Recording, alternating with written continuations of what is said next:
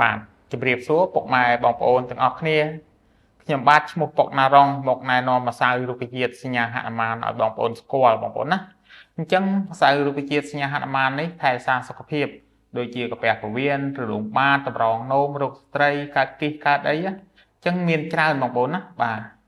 អញ្ចឹងម្សៅរុក្ខជាតិសញ្ញាហនុមាននេះបងប្អូនប្រើហើយជាវទៅហើយណាប្រសិនបើ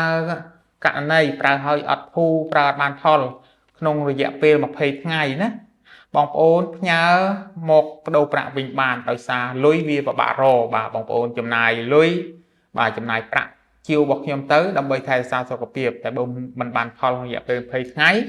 បងប្អូនផ្ញើមកវិញទាំងថ្នាំទាំងបានតានីប្រលក់ខ្ញុំមានបានតានីជូនបងប្អូនមួយសន្លឹកបាទ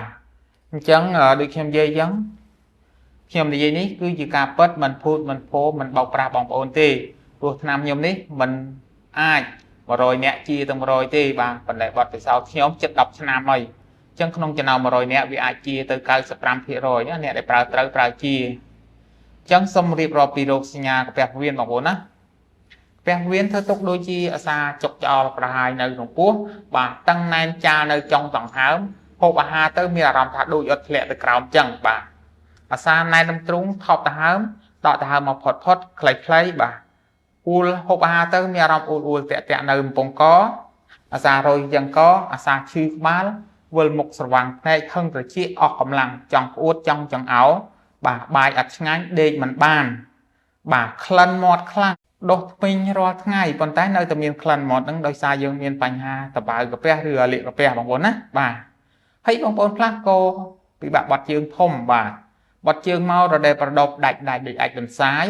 បាត់ជើងមកស្អិតសំប៉ែតបាត់ជើងបានតិចមិនអស់ពីពោះបាទអញ្ចឹងបងប្អូនត្រូវប្រើឈុតនេះបើឈុតនេះគឺប្រើបានមួយខែកន្លះអានេះថ្នាំផ្សាកាពះពោះវៀនអានេះថ្នាំលាងជាតិពុលបតុនិមុខឲ្យបាត់ជើងស្រួលបាទ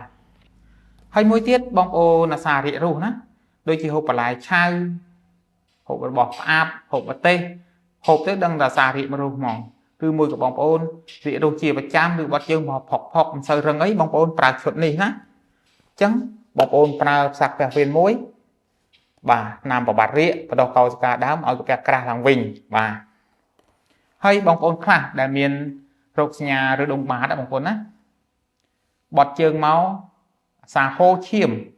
ពេលដែលយើងបត់ជើងឬក៏លៀនប៉ោងអាសាកូតចេញក្រៅឬមួយក៏បងប្អូនឬដុំបាតខាងក្នុងណាថ្នាំឬដុំបាតក៏មានដែរបាទហើយបងប្អូនដែលស្រី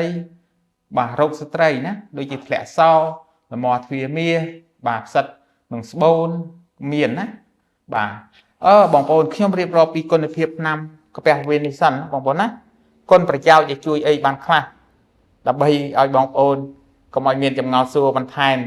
អញ្ចឹងបងប្អូនជួយចិត្តទុកដាក់ក្នុងការស្ដាប់បងប្អូនដឹងនឹងគុណប្រយោជន៍ជួយអីបានខ្លះមិនត្រឹមតែជួយផ្សះកាពះពោះវៀនទេបងប្អូនណាវាប្រភេទផ្សះត្រជាក់សាច់ផ្សះគ្រឿងក្នុងបងប្អូនណាដូចជាផ្សះកាពះពោះវៀនបាទព្យាបាលរលាកតម្រងនោមញឹកនោមញាប់នោមធំក្លិនដូចជាបងប្អូនរលាកស្បូនស្រីរលាកស្បូនធ្លាក់សល់មាស់ទ្វាមាសផ្សិតស្បូនហើយនឹងបាទបងប្អូនដែលអាឡែស៊ីច្រមុះអាសាផ្ដាសាយអាសាហៀសភៅដោះសាច់ក្នុងច្រមុះបាទចិត្តច្រមុះតឹងច្រមុះបាទដកដង្ហើមក៏ជួយណា3មុខហ្នឹងមួយទៀតសំខាន់ពិសេសនោះដោយសារខ្ញុំមានបទពិសោធន៍ជួបពីអតិថិជនប្រាប់ខ្ញុំទេពីមុនខ្ញុំបដោតទៅលើតែកាពះពោះវៀនទេប៉ុន្តែអតិថិជនដែលទិញហើយគាត់ប្រើត្រូវគាត់ប្រាប់ខ្ញុំណាដូចជាគាត់ជាទាំងអាឡែស៊ីច្រមុះដោះសាច់ច្រមុះគាត់ជាទាំងតម្រងនោមគាត់ជាទាំងស្បូនអីចឹងទៅគាត់ប្រាប់ខ្ញុំហើយអ្នកខ្លះគាត់ការ5ឆ្នាំមិនមានបាទអត់មានកូនទេបាទដោយសារអីយើងមានបញ្ហាក្តៅក្នុងឈាមក្តៅអញ្ចឹងយើងអត់មានកូនទេអញ្ចឹងប្រើថ្នាំនេះហើយផ្សះក្នុងត្រជាក់សាច់អញ្ចឹងអ្នកដែលចង់បានកូនណាគឺប្រើថ្នាំខ្ញុំនេះហើយ2ខែ3ខែក្រោយឈាមត្រជាក់សាច់ត្រជាក់គឺយើងមានកូនឡើងវិញណាហើយមួយទៀតអាហ្នឹងរឹតតែសំខាន់ទៀតដូចជាក្មេងៗជំទង់ពេញវ័យដែលឡើងមានចេញមុនខ្ទុះបងប្អូនណាមុនពេញមុខមិនថាមុនទ្រូងមុនខ្នងមុនមុខហ្នឹងឯងអាប្រភេទមុនខ្ទុះពេលព្យាបាលផ្សះក្នុងត្រជាក់សាច់មុននឹងគឺជា 100% គឺផ្សះពីក្នុងមកមុនស្វិតទៅសំបីតែស្លាកថ្នាំមុនក៏មានដែរបងប្អូនដែលមានមុនប្រើតែថ្នាំនឹងទៅជាដែរណាដោយសារខ្ញុំនិយាយនេះបទពិសោធន៍ជាខ្លួនឯង ហើយអ្នកតិជនខ្ញុំរាប់ពាន់រាប់ម៉ឺនដែលប្រើហើយគាត់ជាដូចខ្ញុំដែរ ប្រើផលិតផលគ្រប់បែបគ្រប់យ៉ាងអស់រយៈពេល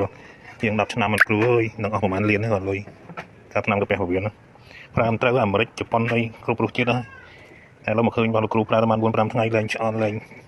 ឆ្លាស់ឡើងឡើងយ៉ាងធូរច្រើនអរគុណគ្រូហើយខ្ញុំចាំទិញឲ្យកូនខ្ញុំប្រើទៀតកូនខ្ញុំឈឺអញ្ចឹងដែរមើលអស់រាប់ពាន់ហើយកាពះពវៀនឬដងបាតកូនខ្ញុំឥឡូវនៅចុកកន្លែងហ្នឹង